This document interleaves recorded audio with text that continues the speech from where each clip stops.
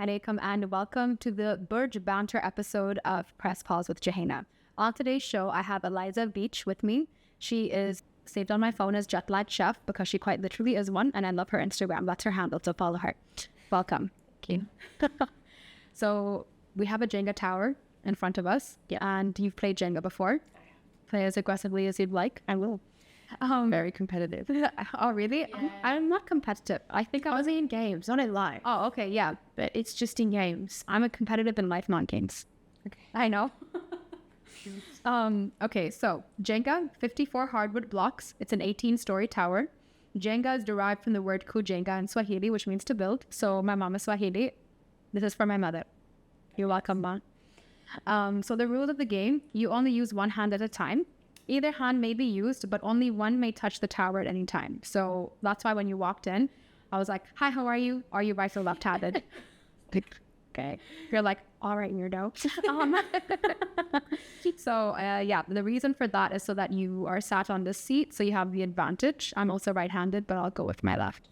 You may tap a block to find a loose one, but if you move the block out of place, you must fix it using one hand before touching the other block. So you can choose not to commit to it, just put it back in place. Okay.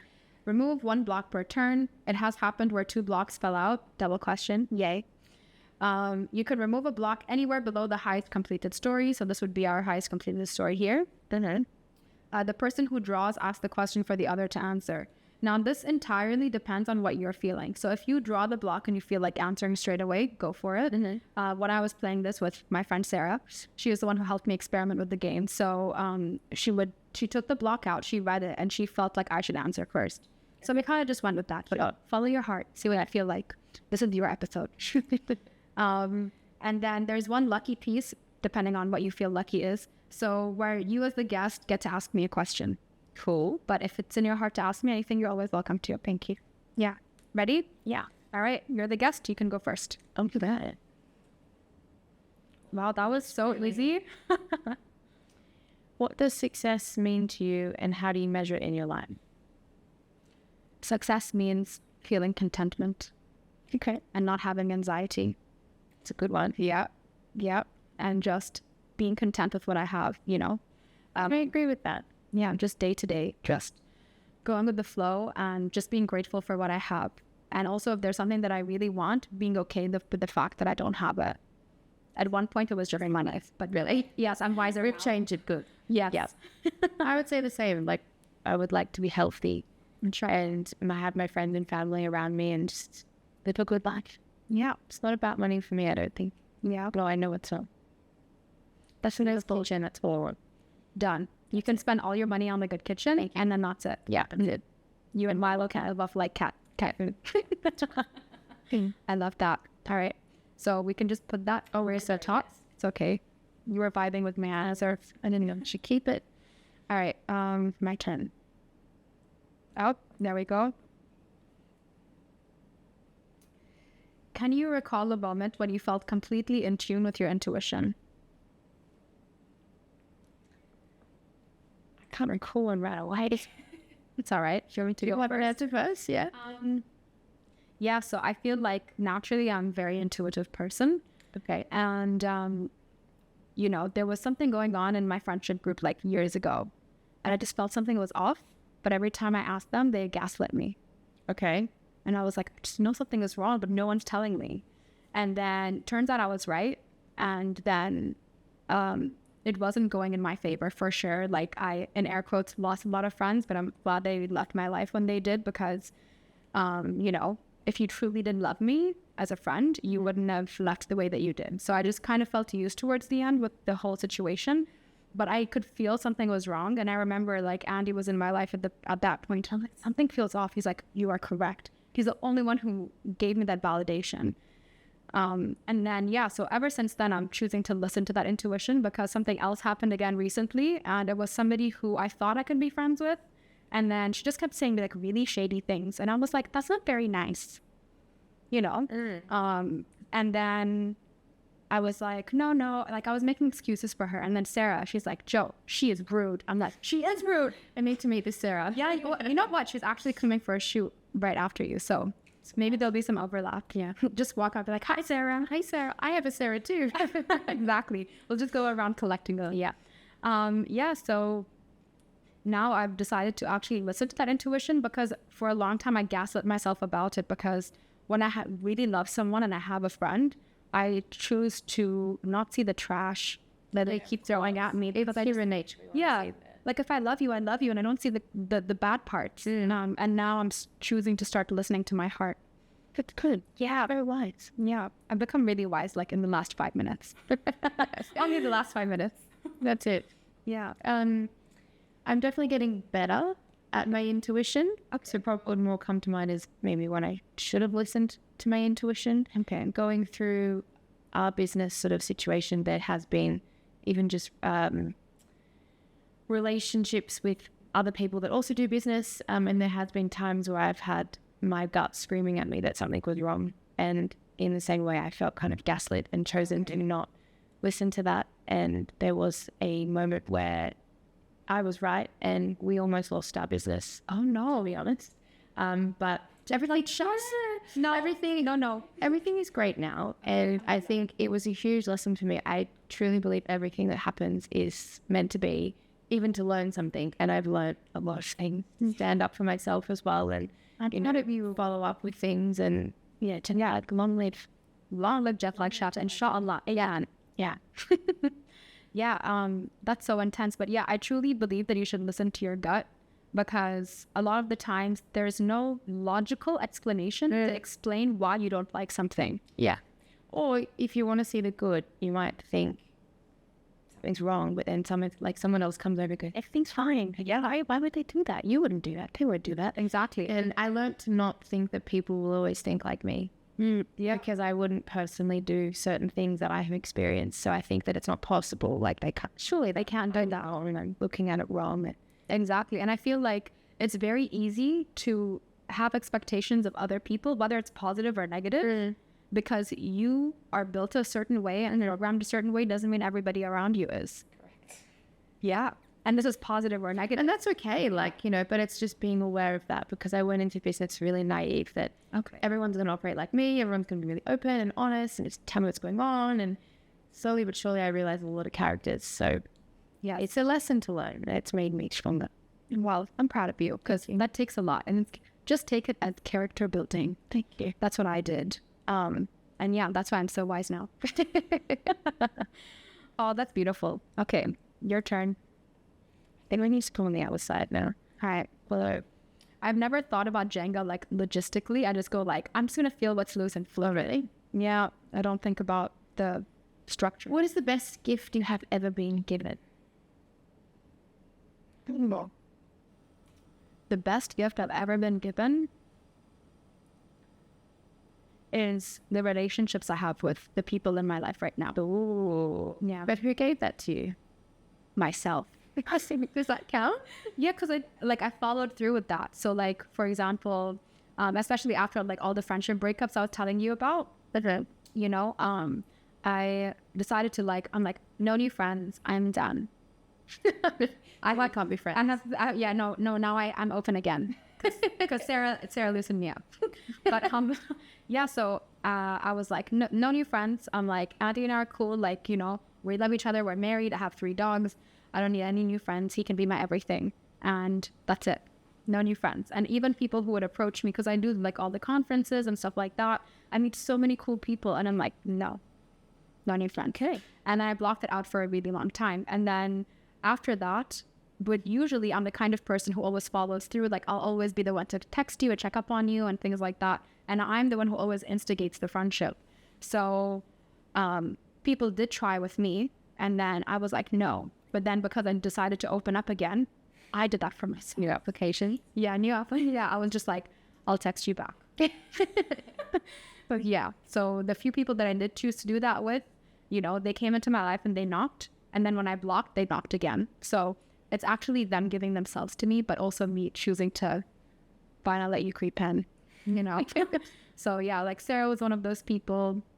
Another friend I reconnected with again as well. She also is crew. She's still flying. Her name's Molly. She's awesome, And then even with Andy, he knocked on the door and I was like, maybe. And then I was like, fine. So yeah, so it was just me choosing to like trust again as well and follow through with that. Yeah, because I could have just continued blocking. True. Yeah. What about you?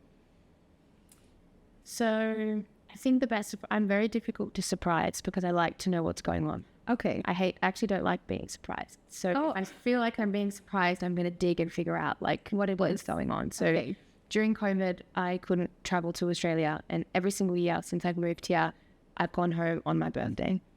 And it's because my other friend Sarah and my other friend were born 11th, 12th and 13th whole of November. Okay. To my time. So I was voice noting one of my good friends, crying, saying like how sad I was that I couldn't go home.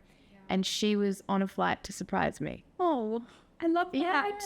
And then she was just there. Like, she'd come all the way from Hawaii to surprise me. Wow, that's And that for me was like success to actually surprise me, number one. It's huge, like to fly all that way for me. That's so beautiful. You keep her forever. Masks on, just like, oh, crying. That was a pretty good gift. That's a great gift. Yeah. For me, I love surprising people. Me too. Like, I love it. And then for me, I figure it all out. Like, and also my intuition, I'll just feel things. Yeah, I was like, because John was like, let's go to this cake cafe down in Jumeirah. And it's like, you don't eat cake. Like, why are we going that far down? Like, why can't we have it here? Just get it delivered. He's like, oh, I've heard it's really good. I'm like, no, you had it. What's going on? I was so confused because I couldn't fathom that somebody could have been traveling here. So pretty good. Wow. Yeah, no, but I love surprises. If you can actually pull off surprising me. So I think Sarah is the first person who was able to truly pull off a surprise for my birthday. So like the last two years, yeah, I think we've known each other for that long. The last 2 birthdays rather, and she's managed to surprise me. I'm like, wow. Like I figured a couple things out. Just figured everything out. Yeah, like constantly scanning what's going on. Yeah, but the last year, I promised her I'm gonna switch my intuition off. I was like, I'm gonna ignore what the universe tells me. And it was really difficult. So yeah, but I did that, and then it was great to be surprised. But I thought I'd have a lot of anxiety around it, of like, okay, what's happening next? Because I love to plan things. I have the color-coded calendar. Oh wow! Every second is planned out. You know, in life or on a holiday? In life, on holidays when I go like, I don't care. I booked a flight and the hotel, and we'll figure it out when we get there. So yeah, wing it kind of go. Yeah. But yeah, no, I have a diary. No, day to day, because I'm a shift worker, so like I need to know on my days off I have to maximize the time. That wasn't like that when I was crew though. Really? Oh. Yeah, no, I think it's you're either one or the other because John is very organized and I admire how organized he is, but I'm very much go with the flow. Oh, fair. Yeah, you know what? I feel like people like that attract to one another, but as Andy's very good with the flow, and I'm like, we have to leave in 35 seconds. So yeah, we don't actually leave in 35 seconds. It's a whole minute extra, but whatever, because I have 3 dogs. So yeah, because every time we have to take them out, it's a whole journey. Really? Yeah. So well, yesterday we took them to the groomers. I think I should just start hiring the van and paying the extra because one of the dogs threw up on my foot. Yeah, because I had him in the front seat. He's the youngest one. He's not the youngest, sorry. He's the smallest one. He was retaliating for sure, but probably threw up on his foot. No, he threw up on my foot. So no. So we had the 2 bigger ones in the back seat, and then I had Charlie's head on my shoulder because that's where he liked to put his head. And I was like, all right. And he said, calm him down. And then I had the littlest one, Peanut. He was like running all over and just trying to go to Andy while he was driving, coming back to me. I was like, this is dangerous. So I put him down with he has a backpack we put him in and he feels very safe in it. So I like put him next to his backpack because he likes to even just sit on it. And then he just fully went onto my shoe, onto my foot. And then I have Charlie there. Jojo's a Frenchie, so he just farts and it smells so bad. So bad. Let me give you context on how bad my dog's farts are. We're going on a tangent. So another time I took them grooming, before that, I was alone because Andy had to go to work. And I was like, I don't care. I'm independent. I can do this. So I put the littlest one in the backpack. I put the other 2 on a leash because I can have 2 on the leash, whatever. Get them in the car, bring them back. And on the way back, Auntie needed me to stop over and like pick something up, and I had to be up and down in like 15 minutes. I was like, okay, I have the dogs in the car, put the Tesla in dog mode so they have air conditioning. And then I went up and I came back down, and I was like, oh no, the dogs pooped in the car. It stinks. And I had Sarah on the phone with me, and I had so much anxiety about all this, the poop in my back seat. Like the seats are white. Yeah. So anyways, so I'm in the car with Sarah. I'm like, oh my God, it smells like I got another whiff of the poop. Oh, it's so disgusting. Ew. So I'm like driving, and I had them put in the boot, but like sometimes Jojo can like jump over. And I was like, I'm not even going to look in the back, whatever. I get home. It's a 40-minute drive. I get home, park the car, I charge it. I'm like, all right, I'm ready. I open the garden door. I get them straight in there. So I'm going to hose them down. They hotboxed the car with farts. There was nothing. I've never been so happy and so relieved about being hotboxed. Yeah, being hotboxed in a car with my dog's farts. So yeah, so it was definitely. I don't know what the question was. Oh, wait. Was it the best gift we've ever been given? Dog farts. So yeah, but yeah. Anyway, we're getting to know each other. Here we are. That's the whole point of the episode. Was it me or you? Picture that right now. Oh, it's my turn? Okay. What more do you want to know about my dog's buttholes? Okay. Yeah. What is a lesson that took you a long time to learn? A lesson. Maybe in terms of owning the business, like accepting help when I need it. Okay. Because I tried to do everything myself, and I tried to take on everything, and I thought I could do it because maybe I knew how to do it the best, and it really took a toll on my health. So definitely, Oh, wow. learning, like I just wasn't eating properly, sleeping properly. So once I allowed people to help me, the team got stronger, things got better at work. But we have this in normal life, just maybe you're having a really crazy day and someone will message saying, oh, can I help? And we just say no. But what if you said yes? What if you said yes? Yeah, exactly. And people that are close to you, if they mean it, they want to help. Exactly. You know, but for me, I'm extremely stubborn. So like, no, it's fine. I can do it. And I couldn't do it. So it's definitely just taking help when you need it. Exactly. And I feel like the power of delegation is so important. I can delegate, but then I felt like there's certain things I just thought that I had to do. Okay, the pressure of That I wasn't able to put time aside to teach people. So because nobody knew how to do it, I was like, well, I have to do it. But then once I was forced, actually when I went on my first holiday and I was forced to train people, Okay. everything changed. Wow. Because they learned it and they enjoy doing it as well. That's so important. It's important to have the people around you enjoy what they're doing, especially in a business. Yeah. Because then there's that like hidden ingredient, you know, that is unexplainable, but that's why people keep coming back. Yeah. Yeah. Love. That's it. A lesson that took me a long time to learn also would have been similar to the intuition question. So just really trust myself. You know, my mom, she's African. She's like, I knew it because I'm African. And I should listen to my other half side. Like the crew is laughing extra today because they've met my mom after the last shoot. Yeah. And they're like, It makes more sense now. yes, they were like, they're like, you think you're a lot? Your mother is something else. Yeah. So initially they were like, oh, I told them, I was like, I really want to have my mom on the podcast, but she's not ready yet. And they're like, it's okay. We can do like a couple of short videos. Yeah. When they were leaving, they're like, we need a series. I was like, Really? Yeah. So yeah, but we had to just listening to my intuition and listening to my gut. And like I like listening to these books every day. You know, like 15-minute segments of like compressed books called Blinkist. Yep. And one of the things I did learn from it, and don't quote me word for word, but the summary of the story was,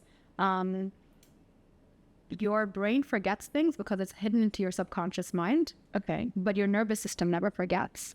So sometimes I'm like, I cannot explain why I feel this, and there's something telling me this. It's because your nervous system is reminding you, but your brain is like, what's that?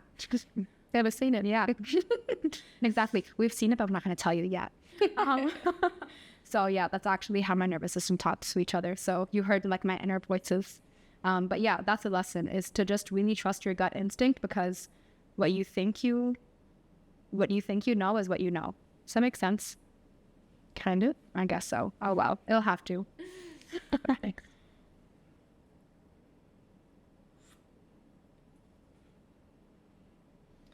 What do you think people misunderstand about you? I mean, most of the guests have picked this block and I've answered it, and I feel like it's still a misunderstanding. Is people think I'm like really stuck up if they haven't met me, like spoken to me, yeah. So yeah, and I think it's because it's the people who choose not to fully reach out, you know, because with everything I'm doing on social media and everything else, people just automatically assume like she's so stuck up. Really? Yeah, and I'm like, why? Yeah, thank you. See, evidence. So yeah, so I feel like that's a misconception I've gotten for a while, and then, you know, I'm mixed race and everything, so people just make random assumptions about me, but I hear it from other people who, you know, like there's like a little gossip session wherever. Really? So then the friend that I would trust in those spaces will come to me and be like, people misunderstand this about you. I was like, thank you, my central intelligence. Yeah. You know, she'll like just come to me and tell me all these things, and I'm just like, heavy. Yeah, exactly. It helps to, I take it as ammunition, so I know how to present myself a certain way, especially around those certain people who, what I realize, don't mean or want the best for me. So it just helps in that way, and it's just enlightening. And, you know, at one point in time, I was very like, oh my God, why are people talking about me or whatever? And now I'm like, tell me more about my life. I don't know. You know, I'm having such a good time. So you want to know. Yeah, exactly. So now I just kind of go with it. I'm like, it's like reality TV for myself in an alternative universe. I love it. Yeah. What about you? I think I'm in general quite a friendly and extroverted person. So a misunderstanding would be that I'm also not simultaneously insecure or having worries or doubts. So you know, even when I meet people that might be customers, I get shy. Really? You know, yeah, because I feel like I just don't know what to say sometimes. So I think maybe that might come across different, because what I'm putting on social media is edited. It's me like doing like 50 takes to get something right, and it might mean that I might be more confident there, but when I meet people, I'm still shy. You know? Oh, yeah. I just walk up and I'm like, hello, I've arrived. It depends. It really just depends how I feel, I think. Yeah. But I feel sometimes awkward talking about the business. I don't know why. I just feel people like, oh, you're doing really well. And I just don't know what to say. Like, I'm like, thank you. Yeah, I probably am. Yeah, well, yeah, cool. Thanks. Yeah. Just, you know, I feel like, do you struggle to accept compliments outside of like business? Yeah. I think so. Just accept them. Yeah. You're stunning. Your business is great. Your hair looks excellent today. Your cat is awesome. He is awesome. I take that one. Exactly. So you can take compliments for someone other than you, but, you know, for yourself, more work in progress. Yeah. I mean, I struggled with that at a point in time, and now I'm just like, I just decided to be extra cocky about it because I'm masking my anxiety about it. I'm just like, thank you. Right. Yeah, just, you know, thank you. Just 2 words. That's how I would, that would be my advice, because there's a lot of people who I know who are so successful, and then when someone comes and tells them, like, I am proud of you, you did so good, they're just like, what? Yeah, you know? Or crumble. Yeah, exactly. Like, and I remember every time people would tell me that, I really struggled to accept that. And like, no, they're lying or whatever, you know? And I'm so used to being criticized, like, especially as an air traffic control student, you're criticized every single day. Really? You could do better with this, because if I say the wrong thing and something happens in the sky, right, the circumstances are literally cool. So the constructive criticism given to me every day. So I wasn't used to being told, you did good today. I'd be told, you could have done this better. This was good enough for today, but you can do this better still. So I was so used to that. And even growing up, if I scored 90, my mom would be like, why isn't it 99.999 to 100? You know, so no matter, yeah, it was really tough. So to accept a compliment, like now when I receive that, I'm like, wow. So I'm learning to be better about it, because I'm so used to giving them, but to receive, I'm like, oh my God, stop. So I just decided, like, the tip I got was just to say thank you, and then be like, yeah, and like feel it for a moment. Okay, I'll try it. Yeah, I'll try it. Let me know how it goes. Slide in my DMs and down me. Good. Yoga, my go, yoga. I don't know. Is it my go? Her go? I think it's your go. My go? Sumo. All right. Wow, that was easy. Oh, I thought I loosened another one as well, so I know which one to take next. Share a memory that brings you a profound sense of nostalgia and what it signifies. Nostalgia.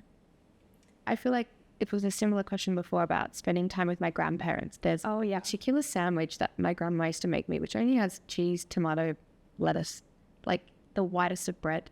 It's just the simplest of ingredients, but you could make it for me now and I'll feel like I wasn't the kid, like so happy to eat it. Yeah. And it's like a very happy meal to have, but it's so simple.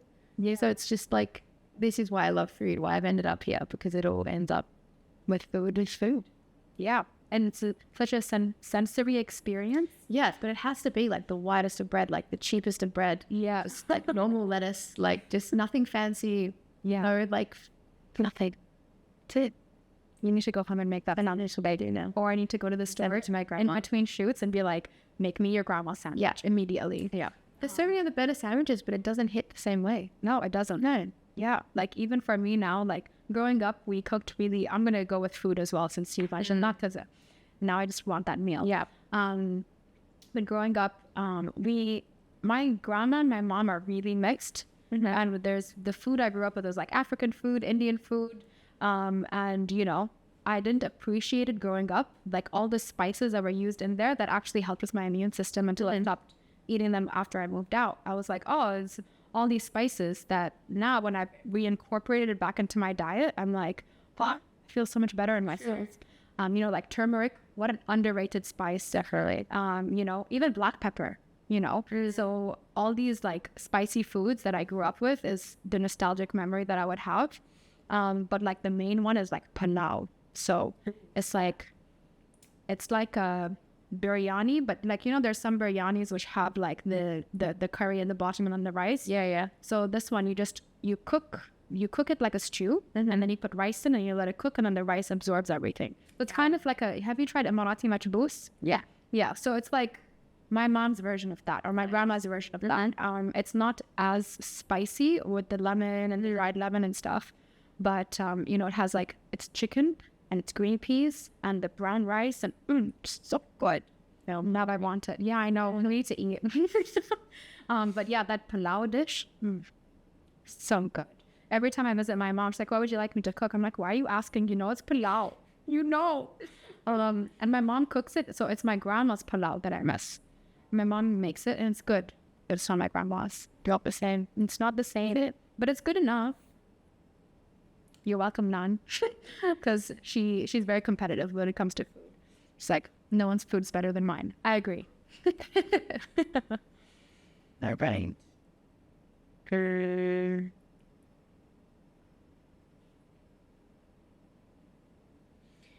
When was the last time you felt an extremely strong emotion, and why? Just this morning. So I woke up and I had like a lot of brain fog, which I haven't felt in a while because I found that I have a gluten intolerance recently. And every time I feel good, I'm like, I should test if I still have it. And try it again. Yeah. So yesterday, Andy and I went out and we had an Emirati lunch. And at the end, like, you know, the 𝐾𝐨𝐬, the beautiful gold dumplings and date sauce, not date sauce, date syrup. And I ordered that for him because I realized we've been together for 4 years and he's never eaten it. And I feel like I've disgraced him. Like he's with an Emirati woman and I haven't fed him these delicious dumplings. Mm-hmm. So I was like, oh, we haven't eaten them? He's like, no. I'm like, oh my God, I'm ashamed. I'm like, you have to eat them. So I ordered them and you have to order them in advance so that they can prepare it while you're eating and all of that. And then she had them and he's like, oh, they're so good. And he's like sipping his tea and having them. And I was like, you know, just one won't hurt. I ate half. And then I woke up this morning and I felt the brain fog. I'm like, oh, I guess I'm still gluten intolerant. Yeah. Like now that I know about it, I understand why I'm exhausted and have that brain fog. Because before I'm like, oh, I feel this because I'm a shift worker and I don't sleep well. Right. But it's that, there's not gluten outside. Yeah. Yeah. So like today is my 4th day off. So I should feel fine. Mm-hmm. So then I was like, and I don't drink coffee because as a student, I drank so much coffee. I would have like 5 to 10 espresso shots a day. That would send me. It was intense. So I'm very extreme as a person. I went cold turkey. I'm like, no more coffee. And then I stopped. Like the maximum caffeine I would have is in like a cup of tea and that would be it. So this morning I was like, I have a podcast. I need to be like energetic, feel my vibe. I'm like, and then Andy, he loves coffee. So I was like, I'm going to have an espresso. Thank you. So he made one for me. He's like, are you sure? I'm like, yes, I'm so sure. And I was like, at the time I was like, yes, I'm so sure. I had it and I was like, I have anxiety. And then I opened my wardrobe, and because it's 2 shoots today, I was like, I don't know if the abayas are ready, and I don't know what. And like, Andy's handled all the laundry, and thank God he does, because I had 2 different colored abayas. They were matching. And we are matching. Yeah, and we didn't coordinate this. And complementing colors. So I opened the closet and I was like, oh, and I couldn't find the headscarf because it was in a different hanging section, and I didn't know. So I was like, Andy just comes into the room after he heard me go, to myself. And it was just because I had all this energy to let out. So he's like, I think you need to pray. I'm like, yes. So I did like 2 rak'ahs, and I was like, all right, I feel a bit better. The guys came in later, everything. But I just needed to like exert this energy, because suddenly I had such a strong emotion of like, I don't know how to explain this feeling. Like sensory overload, or yeah, that's what it felt like, because I'm not used to having caffeine. So yes, I experienced sensory overload. I don't know if that's like an emotion, but the emotion was but yeah, I feel better now. And then I saw you outside and I was like, it's gonna be great. It's gonna be great. It's gonna be a great day. Yeah, and that was it. It's a good one. What about you? I forgot the question. Okay. Strong emotion. So 2 weeks ago when it rained, Oh yeah. I hadn't slept all night because it started raining at midnight. We're in the delivery business, so I was at work by 2 a.m. Oh yeah. I'd been awake all day. And then once we finally finished all the deliveries, I felt like really overwhelmed, like how proud I was of the drivers. I just sat in the car and cried.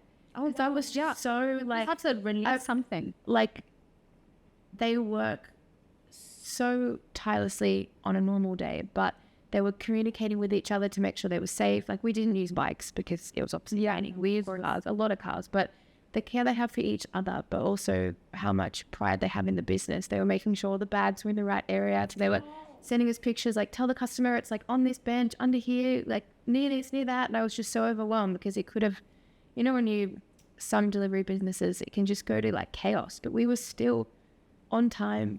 Everything went well. And I was so overwhelmed. I was just so proud. I was just like in the car crying, like I hadn't slept. And yeah, no, of course. Yeah, I just had to let that feeling out. And, you know, for anyone listening, we had 2 weeks ago rain that in 75 years, it hasn't been recorded that heavy. 5 months of UK rain hit in 12 hours. And it was just unprecedented. Like, I didn't know what to do. So I was overwhelmed the whole day. Nobody knew what to do. I was trying to figure out what am I going to do, what's happening, and all the big layers. So then I just felt so like proud of them. I think they're just an extension of my family now, you know. It just, yeah. And so much heart in your business, and you can see that from your stories. Like, again, today is the first day I met you, and I was like, I just feel like you have that like love that people want to show up for you. I don't know if it was anybody else doing it. No offense to John. But if it was anybody else, I love John, actually. Yeah, you know, but like you've built a Jetlagged chef family, and you can feel that. Yeah, even on manager brought his brother to help. So I never met his brother, and he's like, he's here to help. And then it rained last week, and his brother's like, so do I come to work? Oh, I love that. That's the beauty of it. Like, my mom, when she had her business when I was growing up, it had that same heart. But the like this stress that you had, like my mom texted me, she's like, thank God we're not a boarding kennel and cattery anymore, because she would have been panicking about the animals. It was really hard, but we were lucky. We still have, the kitchen was somewhat dry. Yeah, but thank God. Like, I remember the videos, like you had these buckets of water with your hair net, and we were just kind of missing everything out. Yeah. Yeah. But it's all memory now. Like, it's 100% something kind of funny to laugh about after we completed it. Yeah, after you've completed it. It won't rain for a while. No, please no. Yeah, no, that sounded really intense. Like, I wasn't in the country, actually. I was on a work mission. Yeah, I was on a work mission in Singapore. And then for me, the first text I sent Andy, I'm like, how's the doghouse? I'm like, are the boys okay? Are you okay? I texted my mom, my sisters, everyone, because we, like, most of us have, like, moved out. So I had so many different locations to check in with. And I just felt like I should have been here, because, you know, we needed a lot more staffing at work and things like that. How'd you know? Yeah, you can't predict it. But Singapore was a vibe. I liked it. I do enjoy it. Yeah, it did good. The food was good. Mm-hmm. So yeah. Okay. Is it yours? My turn? My turn? Yeah.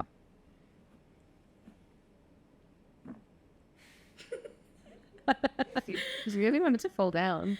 Oh, Belle. What is your deepest fear? Public speaking. You're doing so good. Thank you. I know it's definitely on the top of my list. Yeah. I had a fear of public speaking, and then I overcame it. I'm getting so much better because I would never normally say yes. Yeah, like I said earlier, like you're doing so good. And I'm honest, I would have told you, like, I would just sat here so badly, like just go. I was like, so shall we just go get a croissant? And I'll do that. But I wanted to come because I think also like I felt like I'd be safe, you know. Oh really? Yeah. That's so nice. That makes me happy that you felt that before you even met me. Because if somebody else is kind of judging like how you're doing, if they have like they really want it to work out perfect, then you feel that fear. And even you're like, it's fine, you know, even if it doesn't work out, we'll just go and get snacks. Yeah, exactly. All right, cool. Go and get snacks. Worst case, I get snacks. Yeah, exactly. But I'm happy that you felt that ease, and that's what's really important to me because, you know, with podcasting, I feel like so many people are doing it, and I wanted it to be a moment where we could press pause and just have a conversation. And, you know, like you've never been on a podcast. The previous guest as well, you'll really like her. Her name's Danielle. And I'm going to like send you like a good gift hamper from her or something because she makes, again, going on a tangent, but let's go. It's my podcast. So she makes dips in her house. Yum. And they're gluten-free, vegan, and there's only one that isn't, which is a spinach dip. I love her stuff. It's so good. And I met her at Right Market, and she just has such a beautiful story to share. And she's very similar to you. She speaks to everyone. She loves food. And she made me feel like gluten intolerance is okay because I felt like my life was over when so many options. Yeah. But I didn't know that. Yeah. It's like, and she's like, you'll be fine. I'm like, I believe you. But the thing with fear, which I'm learning, it's not real. Fear is not real. Yeah. You're right. Yeah. It's all about then it's like, what would it look like if you didn't fear these things? And it's much better. It is much better. But then your mind's like, no, fear it. Yeah, exactly. Right? Public speaking. Yeah. No, very true. No, yeah. I mean, usually it's not real. Of course, there are different situations that are present. But a lot of our fears are not yet really even growing. Just in the back of our mind, we're making them up. Yeah, exactly.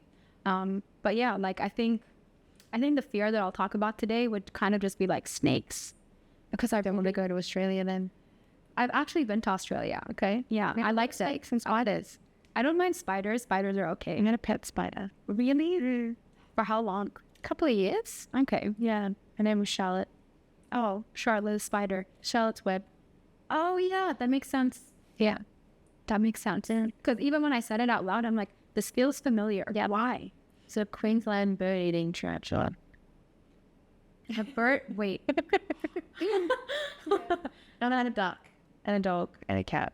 Oh wow. Okay, now I'll tell you the pets I had. Okay. So we had 6 cats at one point, the most that we adopted. John, if you're listening. Yeah. We had 6 cats. 2 were Siamese twins, and they were both blind. We adopted them. So my mom's veterinary clinic, a lot of people just left their pets with us because they knew my mom would take good care. I know it was really sad. Like the 2009 shouldn't be such family. Like you wouldn't do that to family. Exactly. It was awful, but I got some great pets out of that. So we had 2 Siamese twin cats, and we weren't very creative with names. One had a pink nose and one had a black nose, and that's what their names were, pink nose and black nose. Then I had the crazy ginger cat, Demento, because he was demented. Sorry, cat. And then we had a French bulldog called Fugly. We had a weird dog that was a Chihuahua but had really long legs, and we called them Stilts. Any nice names? No.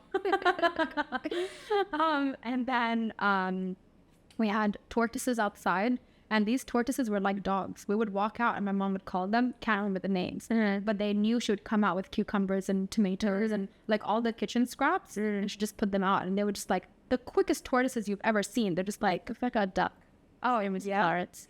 Clarence the duck. Kind of like quack, but it was kind of like a dog bark. Oh, interesting. Yeah, and then we had a cat, the other cat that I really loved. So this is the one that when he passed, I was like, no, we're animals. Done. So his name was Koda. He was like a flame point Himalayan. So it looked like somebody colored him with henna on his extremities. And he had these blue eyes. And he came from a very abusive house. Like they declawed him and they scratched his voice box so that he doesn't meow. Yeah, it was awful. Do that.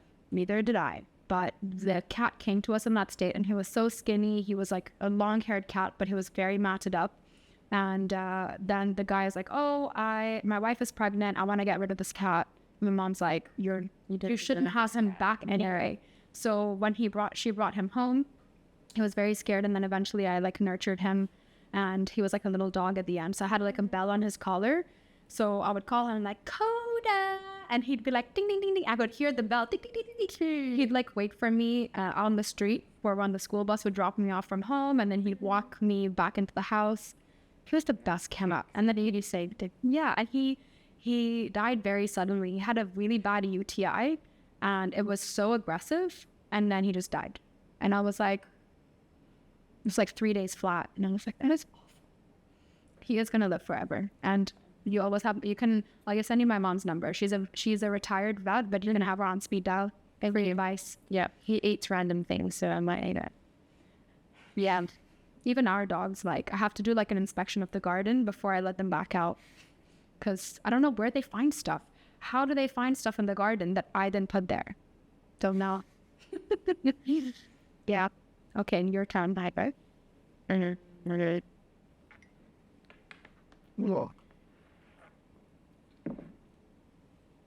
How do you define happiness and what brings you joy in your life? True joy. Sorry, I missed that bit. It's okay, not fake joy. True joy.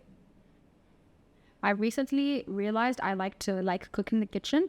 So it's like in my way to switch off. And I also like making candles. Do you have one to say on that? Yeah. Oh, nice. Yeah. And then, yeah, so it's just the happiness that I'm getting now is kind of just learning to work with my hands because my job is so technical. It just needs my voice and me to press a button and talk to pilots. So I kind of lost the fact that I'm a crafty person. So the fact that I'm slowly getting back to that is it's bringing me joy at the moment amongst my dogs and Andy and my mom and my sisters and everything. So like even the art, I started it again during COVID.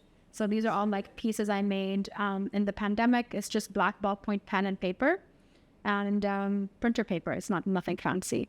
I tried drawing on fancy paper. I didn't like it. And then, yeah, so art is when I found art again during COVID. Now I like making candles, but the candles kind of started with like, I can't breathe in my house because of all the paraffin wax ones that I had. Never tried to make candles. Yeah, well, I decided to start making them because I'm like, I want my house to smell nice. I have 3 dogs. I'm like, I want my house to smell nice and I want to be able to breathe it. So I did the research. Paraffin wax is really toxic for you to inhale. It is, yeah. I won't mention any brands, but look at the labels. And then I researched that beeswax it's unfortunately one of the more expensive waxes for my pocket, but it's the cleanest burns that you can have. Even like coconut wax, just purely coconut. Yep. As one of the other ones. And I can't remember others. There are other ones, but I decided to go with beeswax because it has air purifying properties. So if you just have beeswax with no fragrance, it actually purifies the air. So it's a natural air purifier. Yeah, I didn't know that until I sat sniffling in my house and watching a YouTube video to figure it out. So I was crafting similar to what you said. You're like, how do I do this? So I learned how to make candles. I like to cook. So yeah, but I literally store recipes. Yes, send them to me. And then I'll just rock up and you can also adopt me. That's the easy brings it on for me. So yeah, but what was the question again?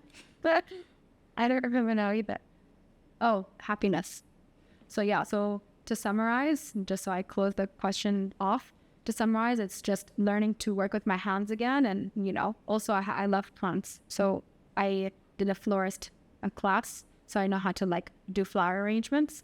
So just getting back in tune with working with my hands and switching off.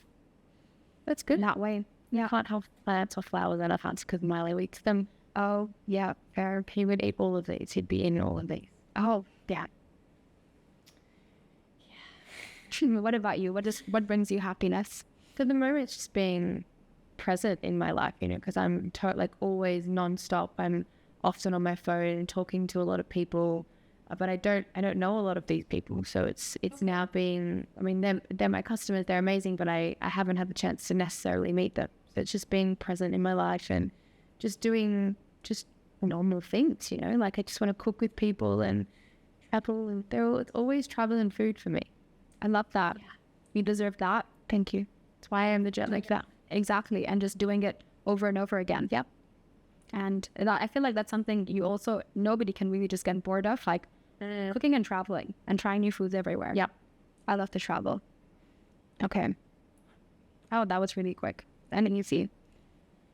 How do you approach decision making, especially with a difficult choice to make? I'm getting better at them. Yeah. I normally, you know, I think before I would worry a lot about what other people would think of me about making a decision. And it's hard also being a business owner now. Mm-hmm. I do have other elements to look at. So I just try and just step out, listen to my gut and not let negative talk kind of take over. Easier said than done. Definitely easier said than done. Yeah.